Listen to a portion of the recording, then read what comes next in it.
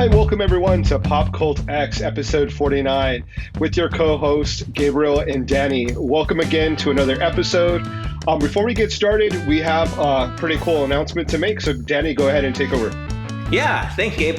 So if you guys aren't aware, or even if you are, here's a reminder. Next episode, episode 50, will mark our 1-year anniversary of PopCultX, which is kind of exciting, at least for me, because, we've been doing this a year. So be sure to stay tuned next week to hear what we've learned along the way. But with that in mind, we'd like to invite all of you out there to share with us what has been your favorite moment of PopCultX so far. Go into our comment feeds on YouTube, or if you're willing and daring enough, go onto our anchor.fm message board and you can record a voice message for us. And anyone who does, we'll be happy to share that with everyone. I will leave the links in the description box below so you guys can go there and share with us. We really want to hear what you've liked about us, or maybe haven't liked. I don't know, but hopefully liked so far for this past year. So with that said, that's next week. What do we got this week, Gabe? Well, we've got a couple of hot topics to address. I think this week I've actually been really busy with some of my photography stuff. So I'm getting a little bit behind, but from what I heard, you had a week of catching up. So you were able to watch some movies that aren't necessarily the newest movies, but are still really popular and kind of in the pop culture realm. The first one being, you saw House of Gucci finally. What were your thoughts? Yes. House of Gucci was really good. Lady Gaga was fantastic. Jared Leto, you made mention before in a previous episode about his accent being really stereotypical, but yeah. I found it very not endearing, but I felt it was a little stereotypical, but it was really part of that character. Now, I think it really made sense with the buffoon of his character to have that voice. So I thought it worked really well. Now, that being said, Lady Gaga's accent, every time I heard it, I kept thinking of the Black Widow, Belova, Florence Pugh, her character. And I thought they had a lot of similarities. So I was like, wait, is she Russian or is she Italian? But it was still a really good movie. I really liked it. Adam Driver did a fantastic job. Al Pacino was great. Jeremy Irons was great as well. And the whole movie was great. I liked it. So what were your thoughts about Jeremy Irons' Italian accent? As you can tell, my voice went up, so I'm lying. Question mark? It's not really an Italian accent. He spoke with his British accent, right? Right. Well, I don't even know if I really noticed an accent with him. It just was his voice. At first, I didn't recognize his Jeremy Irons, because when I picture Jeremy Irons, I picture Scar from Lion King. So that's the voice I'm picturing, right? So you were expecting a lion to come I wasn't expecting a lion to jump on the screen, but that's the voice that I have in mind when I hear Jeremy Irons, the actor. Yeah. So when hearing him talk, I didn't really notice anything different or out there. It was just a character. I thought it was an older, refined actor, who was on the twilight years of his life. And it was, I didn't really think one way or the other about it. I just thought he did a great job with it. Yeah. So now that you've seen it, I talked about how I thought that she was going to win an Academy Award nomination. Do you think that Lady Gaga was snubbed? Do you think that her performance was deserving of at least a nomination? Yes. She should have been nominated. And actually, I thought she had been. So I was like, oh, yeah, no wonder she got nominated.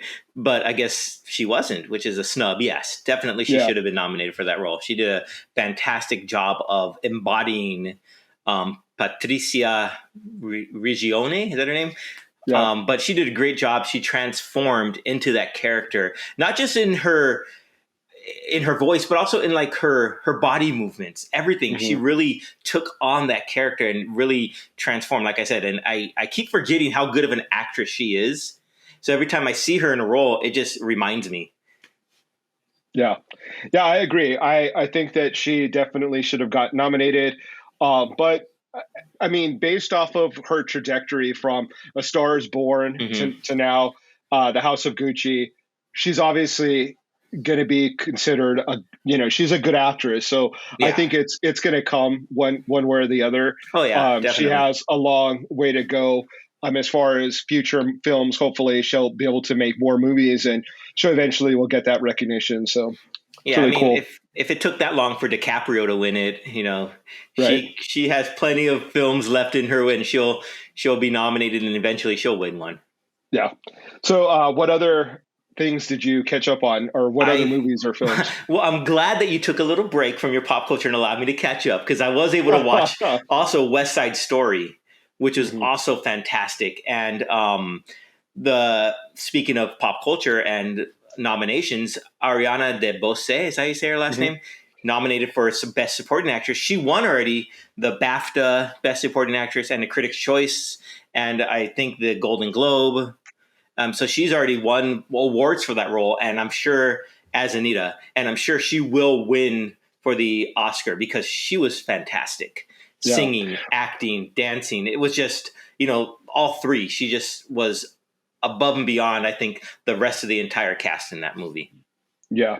And I think that it's interesting that so many years later, another actress is getting Hmm. recognized for the exact same role Yeah. that Rita Moreno won Hmm. an Hmm. Academy Award for playing that exact same character, and really opened up doors for Latina actresses within that, within the film industry.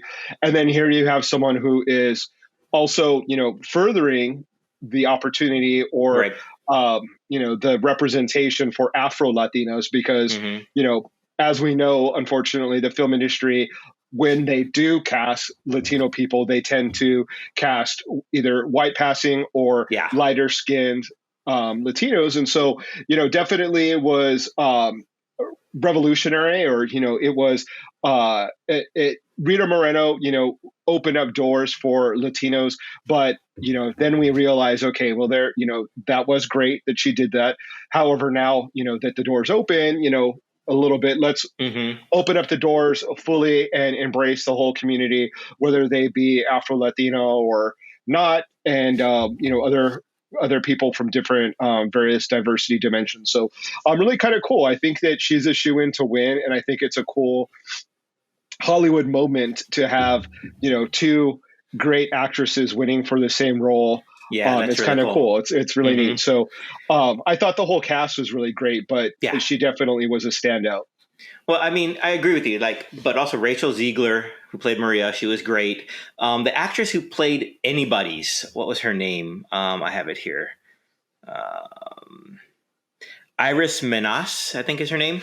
She was Hmm. fantastic. She was great in that role, and that's a role they created for this newer version of the movie. And I just thought she did a great job of going in between all the different groups and being a spy and blending in, and she was just fantastic. And I want to say this about Ansel Eghort, I think that's how you say his name. His Ansel off Elgort. Yeah, Elgort. his off screen drama aside, Hmm. and that's very terrible, and we all know about that. And Yeah. um his role and his acting was very stiff at the beginning, and it kind of loosened up towards the end of the movie. Hmm. But I also kind of want to say that's almost the Tony's character arc in a way. So I felt it was a little in line with the character himself, because he was at the beginning, he was kind of tightly wound up because he didn't want to make any mistakes. He was trying to change his life. But then after the dance, he meets Maria and he starts to loosen up. So I kind of saw that. But at the same time, I was watching the performance and I was like, ooh, all this off screen stuff, I don't want to like it at all just because of that. Hmm. But I kind of understood as an actor where he was going with his performance. So I'll give him a little bit of credit, or more credit, to Steven Spielberg for his directing the character in that way. So yeah, that's what I want to say about him. But the guy who Yeah. played Riff, Mike Rafe, I think, Hmm. he was fantastic as well. He didn't get nominated, so he was a snub. I think he should have been nominated for a best supporting actor role, because Yeah. he did a great job. He embodied that toughness. He's always been down on his luck. He's come from a hard place, and he embodied that up until his very end of his life in the movie. What was your favorite number or song in the movie? Now I know you don't like the musical acts that much, so Yeah. what was your favorite musical number? To be honest, the music doesn't really resonate with me, and I'm not Hmm. a musical fan. So I think the thing that I appreciated the most was just seeing, some of the cast of Latino actors really just doing a great job with their dancing and acting and singing. So Hmm. I just kind of marveled at the spectacle of like the choreography, the sound of the music.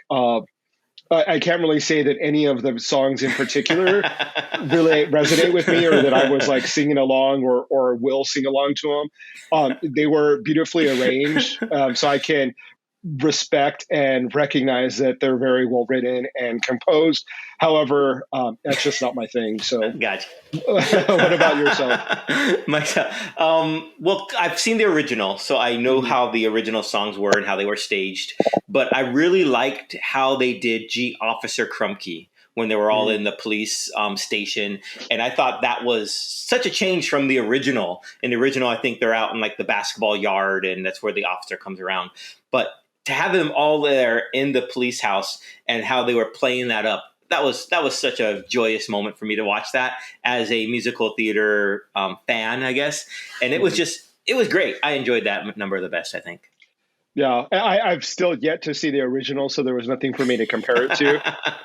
But I did really enjoy that scene as well. It was shot really well. Yeah. The dancing, the interaction between the different characters was really great. So yeah, I can recognize it for being great, but that's still not my thing. I hear you. Speaking of maybe recognizing talent, but it not necessarily being your thing. Hmm. A new movie has come out that you have seen, so maybe you can speak to what your initial reactions of the film were. But um, there is some additional kind of controversy along with this film that came out from Disney. So it's Turning Red, and you saw it. I did. Like I said, I was busy watching this weekend, and Turning Red was one of the movies I saw, and it was a Pixar Disney movie that was really um, distinct in its story. So it was a coming of age story from a female perspective. Hmm. And it was really well done. The animation was great. The comedic bits were great. The storyline was great. Even if it wasn't meant for me, the Hmm. universal story of learning who you are and learning how to be happy with who you are is everyone can relate to that. And now Hmm. I know what you're referring to, but I'll let you get into that. Yeah, so I have yet to see the movie, but I have heard some of the responses. Fortunately, and I think that for the most part, I've heard really great things from it, from the Hmm. people that I know and in the community that I live in. Is that it's a good coming of age story. The animation is cool, the music, Hmm. um, Oh, that's right. the The music, yeah, the the Fork story, Town or whatever, yeah, the the boy band, plot and yeah. all that. Hmm. So, but the controversy being from Cineblend, who has a managing director by the name of Sean O'Connell. He did a now infamous Hmm. critique or review of the movie, stating that he couldn't connect with the film, calling it limiting. And he said, quote, by rooting Turning Red, very specifically in the Asian community of Toronto, the film legitimately feels like it was made for Domi Shi's friends and immediate family members, which is fine, but also a tad limiting in its scope. And he's now deleted his review, but he's also called the movie exhausting. Yeah. And he's apologized. Cineblend has apologized, but for specifically the Asian community and for people of color like myself, I think that we're not shocked to hear a person like Yeah. himself review and react to a movie like that, because we know it's all too often that we're told that we can't write stories, we can't create stories, we can't create characters that are representing of our culture or our Hmm. communities, because quote mainstream America won't relate to it, or they're not attracted to it, or they won't be involved in those stories, which is really just a nice way of saying racist people or white people can't relate to people of color, right? Yeah. Because Yeah. I find it hard to believe that anyone would who's a fan of film, a fan of literature. That's one of the things that I like about films is being transported to maybe somewhere that Mm-hmm. I've never been, Mm-hmm. seeing characters develop that maybe I don't have access to, hearing Yeah. stories that aren't my own, and really being able to delve into that and live that through the movie. One of my favorite films, and I think is a good example of how you don't have to be of that same culture to enjoy a movie. The Joy Luck Club is a movie that Mm-hmm. is, you know, a Chinese American cast. Really, it's based off of a book by Amy Tan, Yeah. who is an Asian writer. I think specifically a Chinese writer, and it talks about an experience of a couple of women, how they went from China, how they immigrated to Mm-hmm. San Francisco, California, how their daughters have gone from young to adulthood, and how they matured and how they relate to each other. I'm not a woman. I'm not an Asian woman. I watched that film and bawled my eyes out. I related to their experience, because, even though I haven't experienced, like, let's say, the loss of a child, like one of them did in the film, Mm-hmm. I still know what it is like to grieve. I still know what it's Yeah. like to Yeah. feel pain. Yeah. I still know what it's like to have, parents that have high expectations of you and maybe not feeling that you're meeting their expectations. So that Mm-hmm. those feelings are universal. And so I think it's such a weird response to say, that a movie is limiting because it depicts a particular communities, in this case, Asian Canadian girl. And Right. how many films exist? I mean, when you watch Ratatouille, did you relate to a French rat that can talk? I mean, Exactly. do you relate to Snow White or the princess fantasies that Disney normally puts out? None of us are princesses, yet we Mm-hmm. still watch those movies and we still are fans of those films. Pinocchio, and I think it's almost embarrassing that his knee jerk reaction was to have that perspective Yeah. and to Yeah. expound on it and to actually write a review and be critical of the filmmakers, is shocking in this day and age, that like it wasn't an accident. Like he wasn't having a conversation with someone and someone overheard it and it became a controversy. Like he literally wrote it and published Right. it and put it Mm-hmm. out there for consumption. Mm-hmm. So it's sad. I'm glad that it is a popular movie and that it's getting good feedback, that people are receptive of it, even though, maybe some people are not. For the most part, I think people are watching it and enjoying the Mm-hmm. film, just like um, other films that Disney have put out that are cast with Latino characters, and like Coco or what's the other one we don't talk about? Encanto. Yeah, Encanto. Encanto. Mm-hmm. And so, it's disheartening on one hand to hear someone say that, but on the other hand, he's a minority. I think now other Yeah. people are really Yeah. embracing that diversity and having the opportunity to see things from a different perspective and saying, hey, no, actually, like I did relate to that. That story is universal, even though Mm-hmm. it's an Asian girl or even though it's a Canadian girl. And so, you know, it speaks to Hollywood and how those people are gatekeepers and are still kind Mm-hmm. of pushing back on allowing Asian filmmakers to make films, and create stories Yeah. for young people. So it's kind of sad. The Yeah, other that guy real controversy. quick. That guy real quick Yeah, really frustrated me yeah, so much because he, instead of letting the story be the central point, he made himself the focal point, and mhm. it took away from the movie. And it just to no end. I was just so mad about that because the movie is great. I mean, yeah, it talks about the messy stuff that doesn't really get talked about out loud from the female perspective going through puberty, all the stuff that they have to go through from liking boys, to having monthly issues.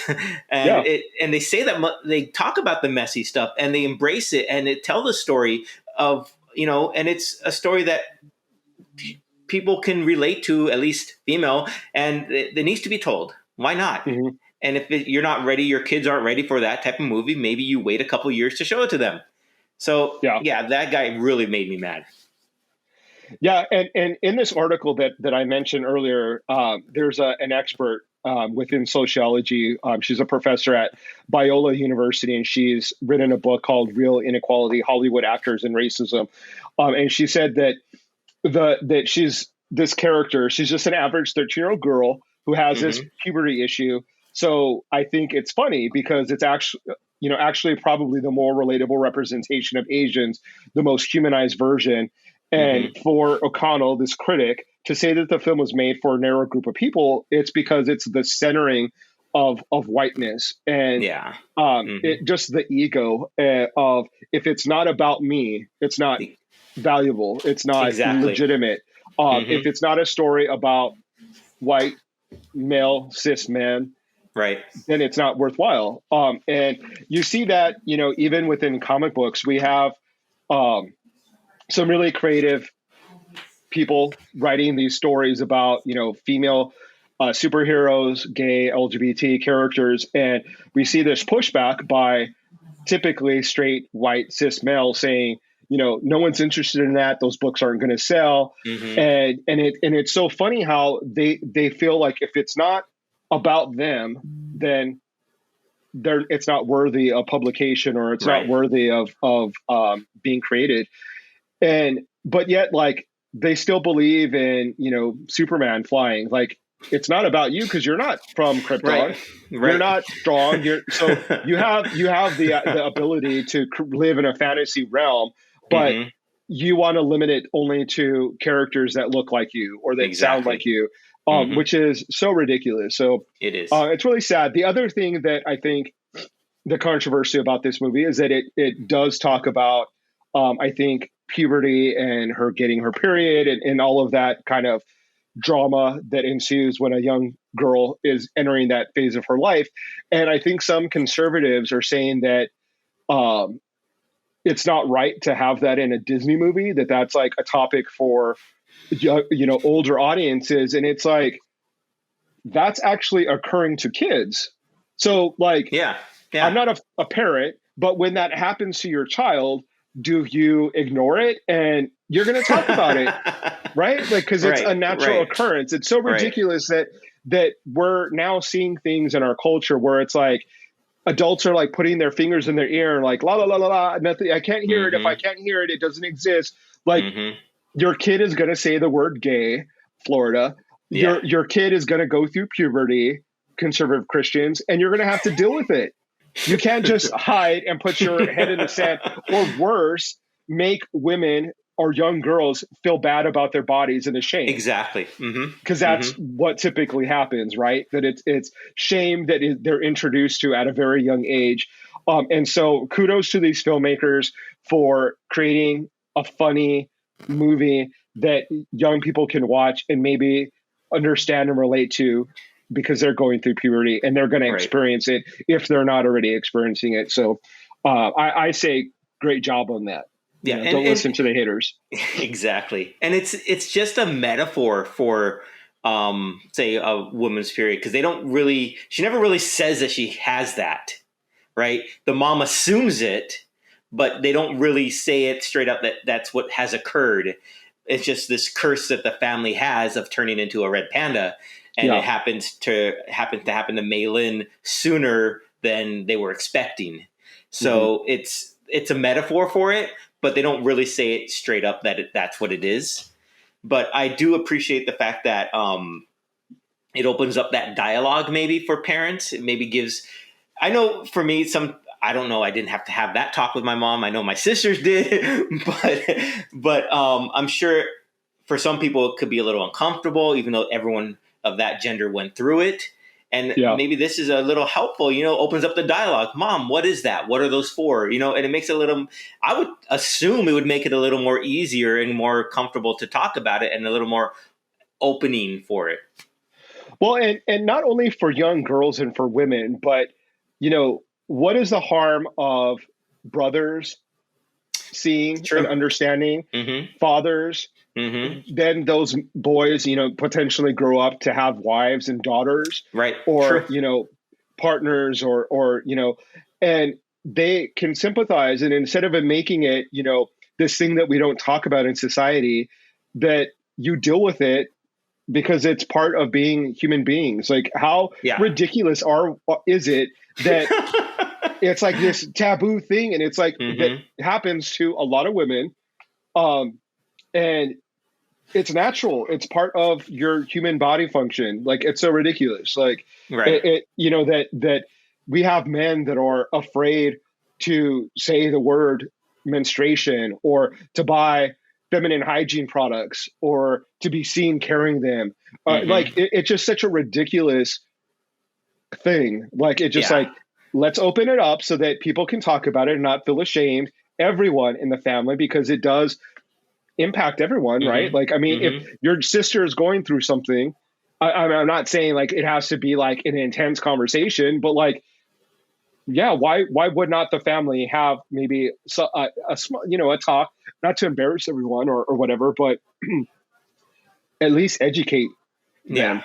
It's Yeah. science. It's human biology. Like, it's, why is it such a taboo thing? It's so weird, Exactly. but yeah. So kudos to the filmmakers, the people who are in it. Um, I can't wait to watch it. Like I said, I have been behind, so I actually haven't had the opportunity to watch Turning Red, but You're I'm gonna looking like it. forward to Yeah. watching it.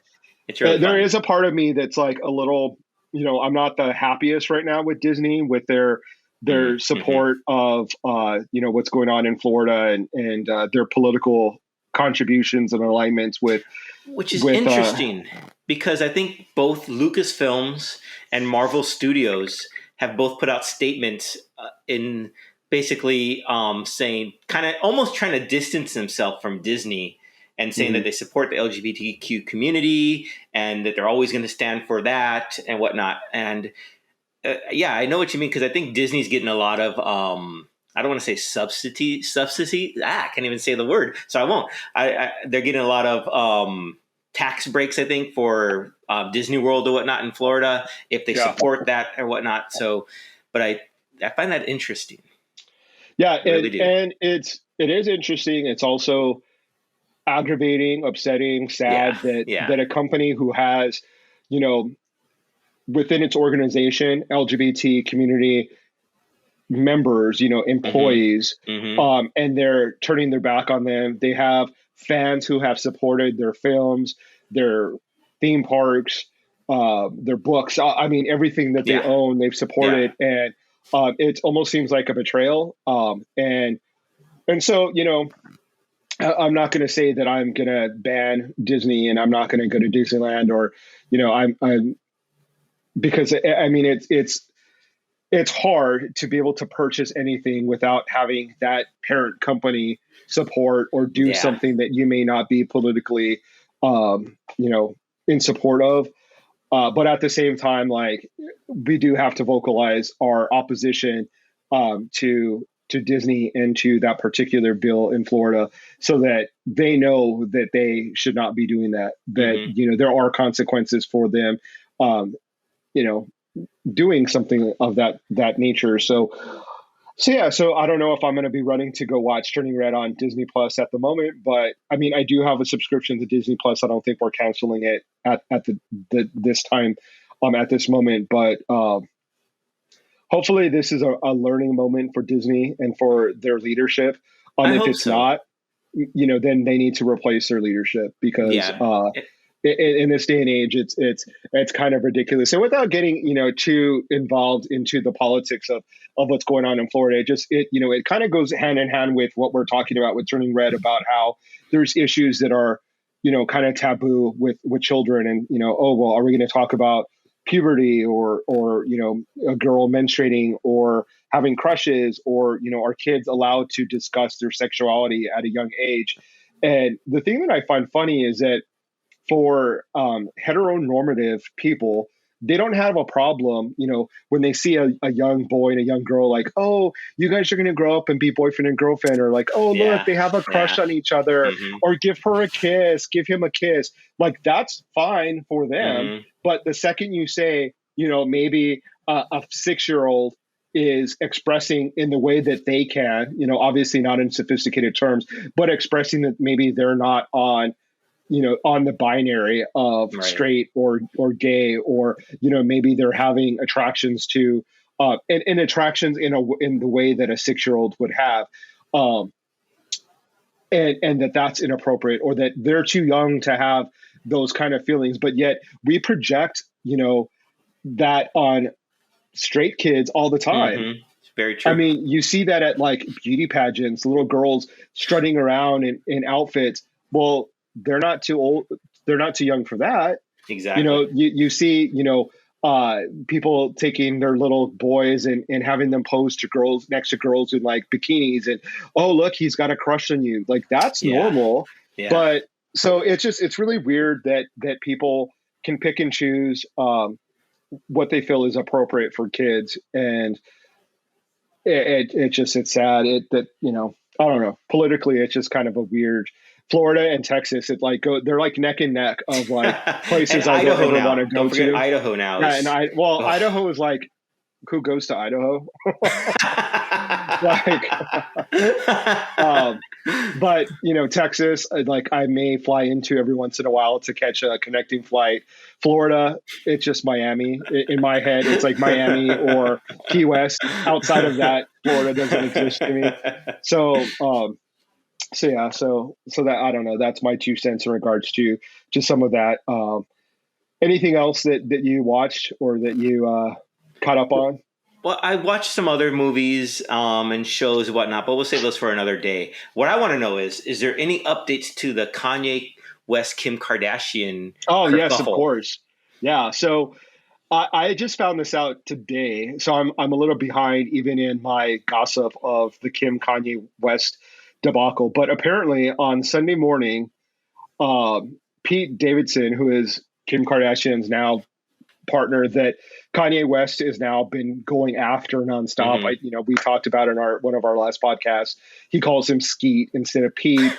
Well, apparently in some leaked text messages, Pete Davidson texted Kanye West and said, "Hey, it's Skeet," kind of making fun of the whole situation, saying, I'm loosely retelling this, like, hey, it's Skeet, like, can you please stop this back and forth? Kim's a great mom. She doesn't deserve, anything. Let's meet up, and because I'm like fucking tired of this shit. Basically, that's what he says. So Kanye's reaction was, "Oh, like, you're using curse words now. Meet me at, like, where are you at?" Oh, so he said, "You're using curse words now. Where are you at?" And Pete Davidson, in a moment that I celebrate because I hate bullies, and I think Kanye West is bullying both Kim and Pete. He took a picture of himself and said, "I'm in your wife's bed." And I applaud that. I think it's petty, but you've been bullying Pete for quite some time now. Oh, so I mean, he's gonna react, right? Like, yeah, I be a looked at moment Twitter, where he reacts. Yeah. Yeah. And so then Kanye replied, like, "Oh, I'm glad to see you're not in the hospital or rehab."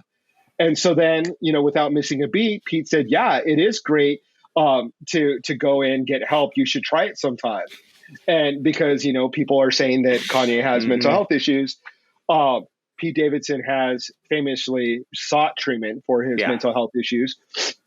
So they kind of go back and forth, and I've seen both support for Kim and Pete, and I've seen people in support of Kanye, people saying that Pete Davidson took a low blow. But I think that sometimes with bullies, you have to stand up with him, or stand up against him and fight back, because that's the only thing that they can respond to is someone fighting back.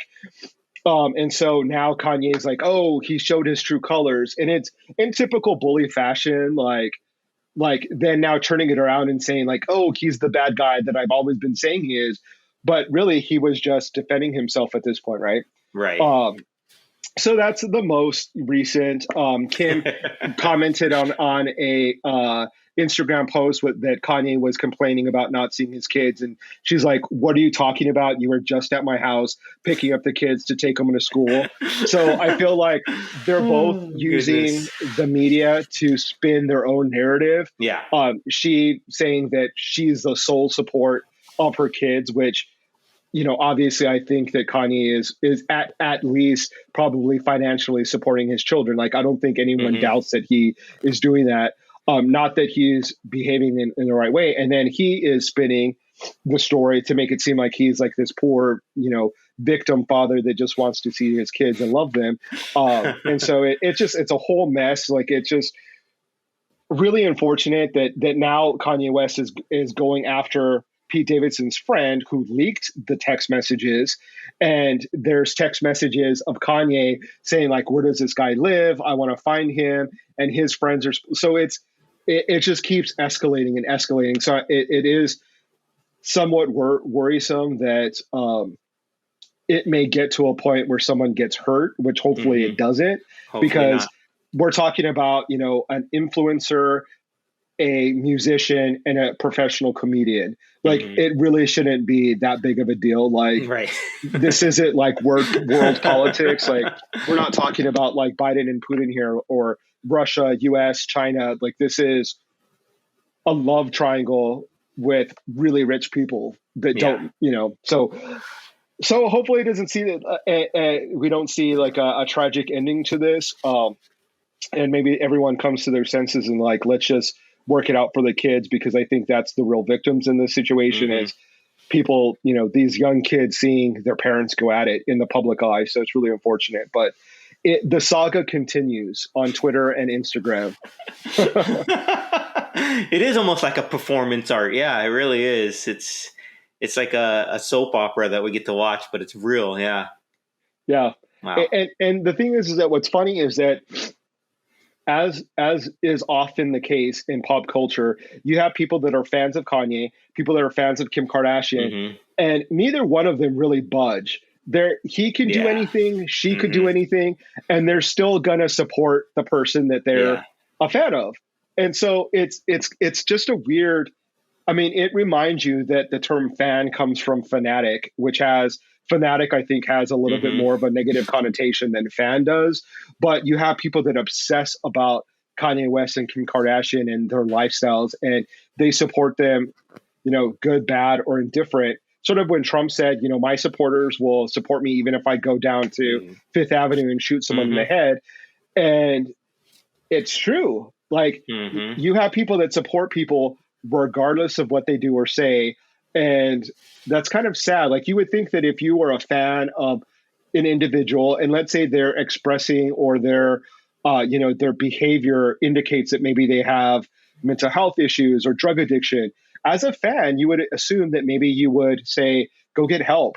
Like, Yeah. Exactly. take a break. Yep. Like, we're Yep. gladly will take a break and buy your old record, support you in any way that we can. When you come out, we'll be the first ones at your concert. But instead, they turn a blind eye to maybe some behavior that is destructive. So Yeah. it's an interesting phenomenon within the pop culture realm that people support their icons to the death, almost. Crazy Yeah. stuff. It is crazy stuff. Is Wow. there anyone that you're a fan of that you're just like, maybe since when you were a young kid or teenage years, that you've just through time have just been such a fan that even when, the tide turns on them, you still support them?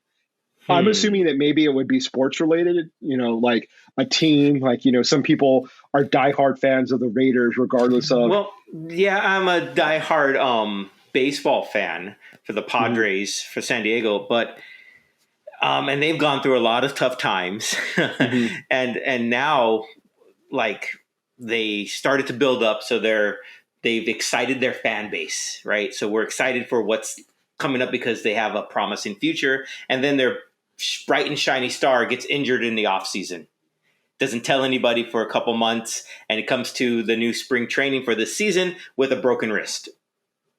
So it's like, oh, but you still got to support the team. And Yeah. But as for anyone else in pop culture that no matter what I would support, I don't know. I would have said Mel Gibson, but not anymore. There's no way I could support him anymore. It's just, Yeah. I mean, because I was a huge fan of Braveheart. That was like one of my favorite movies. And now it's like, I really want to still like it, but I can't, just because. Yeah. And that's a good question, I think, for another day for our topic is what how far can they push us until where's the line, how Yeah. far till we could lose and say we can't support them anymore? Because Yeah. like I said, Braveheart was one of my favorite movies and it won Best Yeah. Picture. So Yeah. I mean, the closest that I can think of is, um, it was probably Christina Aguilera. Like I've always been a fan of hers. I just, her vocal talent, I've always just been in awe of. And she has gone, through ups and downs as far as waves of hmm like popularity. She's, hmm teen pop to then like maybe not so liked. Sales fluctuate. And there's, talk that, she's a diva, she has diva-ish behavior. Um, but even in that worst kind of gossip where you say, oh, well, she's a diva, she's disrespectful to people, I do support her because um, I've seen her live and I've seen the way that people have sort of, she treats people and the way people treat her. So the way she relates to people that work for her, like her makeup, her hair, her assistant. So hmm I saw her at The Voice where she was performing and she was a judge, and someone was fanning her, someone was doing her hair, someone was doing her makeup, and then someone was, I think she like was getting like like some sort of medicine, like maybe a Tylenol or something. And so someone was giving it to her and she was taking that. And you could see how the optics of that could look, right? Like yeah, a pop yeah, star being yeah. fawned on by all these hmm people. But yet, they need to have a team like that because when the lights go on and the camera starts We got to running, be ready. people are going to criticize her hair. People are going to criticize hmm her makeup. People are going to criticize if her head hurts and she has a bad attitude.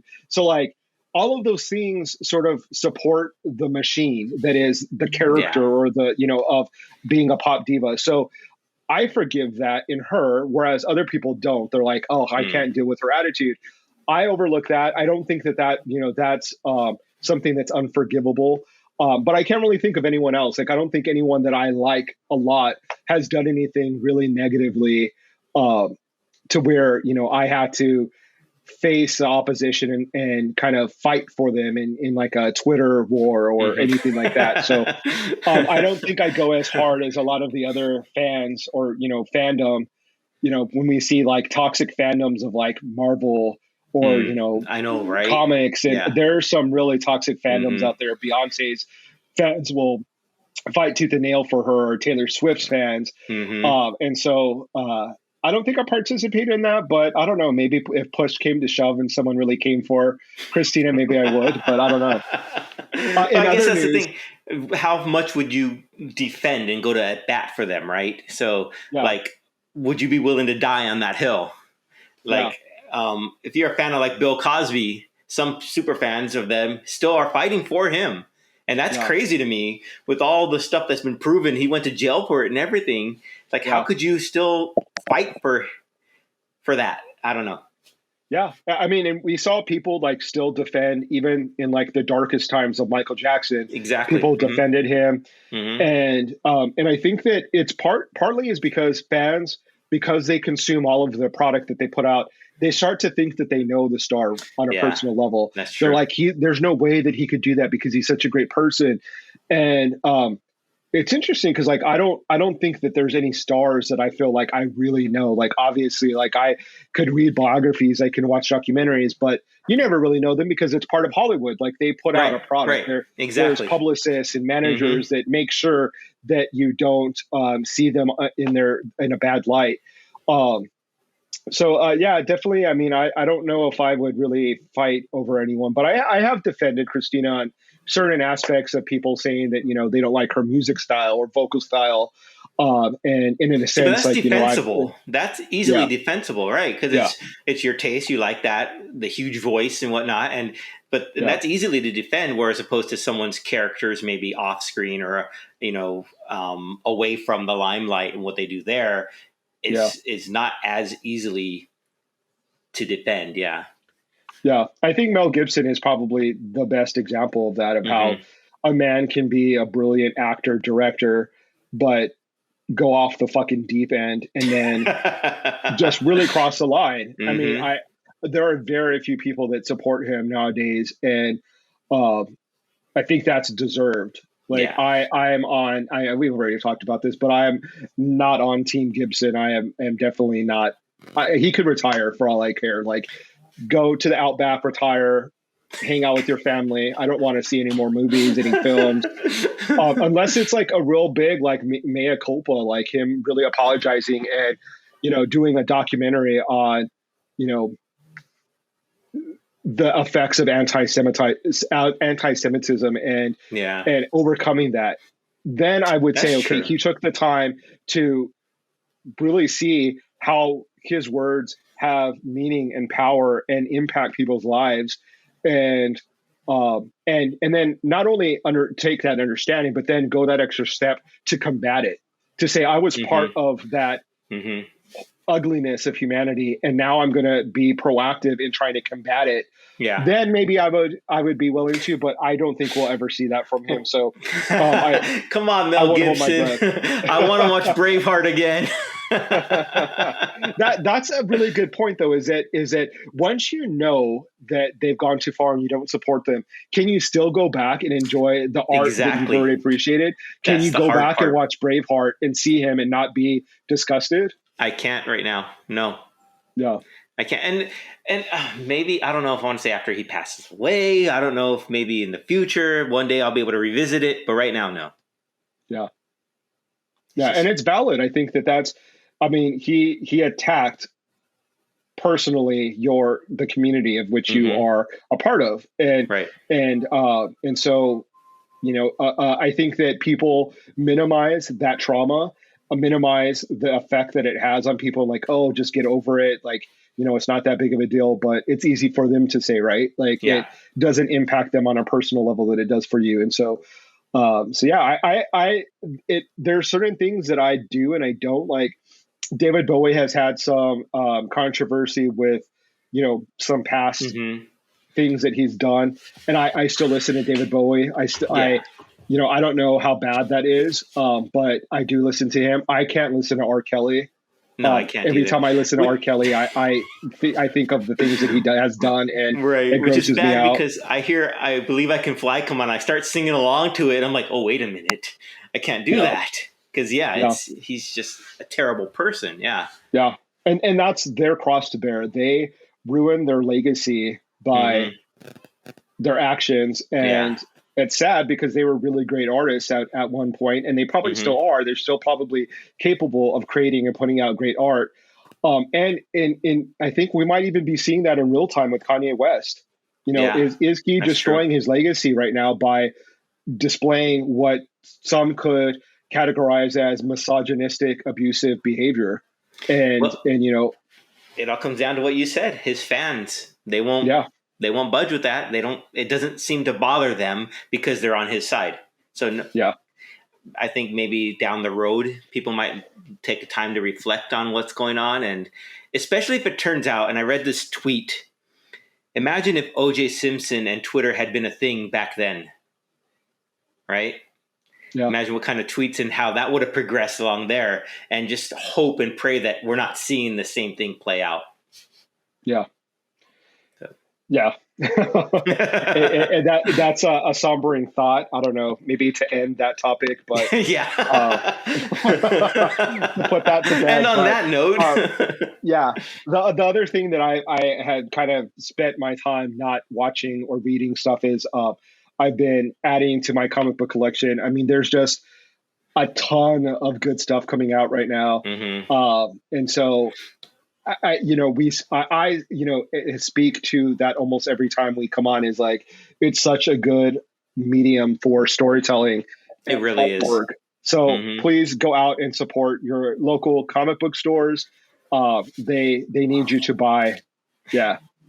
I do both. I actually I have been buying a lot of Marvel, DC, and Image. And so I'm not just I typically was a Marvel fan, especially with the X-Men, but now I've kind of branched out into DC and Image and some other publishers. So I think there's a an lot of good Image stuff comic book that I want to read. It's a spin-off, I think, of Philadelphia. It's called Nita Ha's Nightmare Blog. Have you heard of that one? I haven't heard of it. I've heard of Philadelphia. Yeah, so what caught me is the cover art that I saw for one of the issues. You see this lady with all the contraptions, like being some sort of like demon hunter or something like that. And it looks like she's traveling somewhere, and it looked really cool. So that's one I'm really interested in picking up. You got my attention with Demon Hunter. That's all you needed to say. There you go. Yeah, so I'll be checking that out. All right. Yeah, so cool. I mean, we've got our 1-year anniversary coming up next week. So episode 50, which is a milestone. So good solid I number. think it's great. Thank you to everyone that has listened, who have subscribed, who have come on our podcast as guests and have shared their stories and their opinions on things. I definitely do appreciate it, as I'm sure you do as well. Oh, yeah. I look forward to having more guests that are interesting and have interesting, unique perspectives to share with us. If you are listening and would like to be a guest on our podcast, please give us a call. Well, do people call people anymore? I don't know. Send us a text, message us, slide into our DMs. Right. I don't know if people I'm call. showing my Gen X, my Gen X age. Send us a DM, I guess, or message us on Twitter, Instagram, YouTube. We're on everything. And subscribe. If you're a listener and you have any ideas for any topics, reach out to us. We'd be down to investigate that. So I'm really excited to the future. Hopefully we can bring you an interesting episode next week with our 1-year anniversary and episode 50. Sounds great. Until then, thank you, everyone. We'll see you next week. Stay safe. Everyone.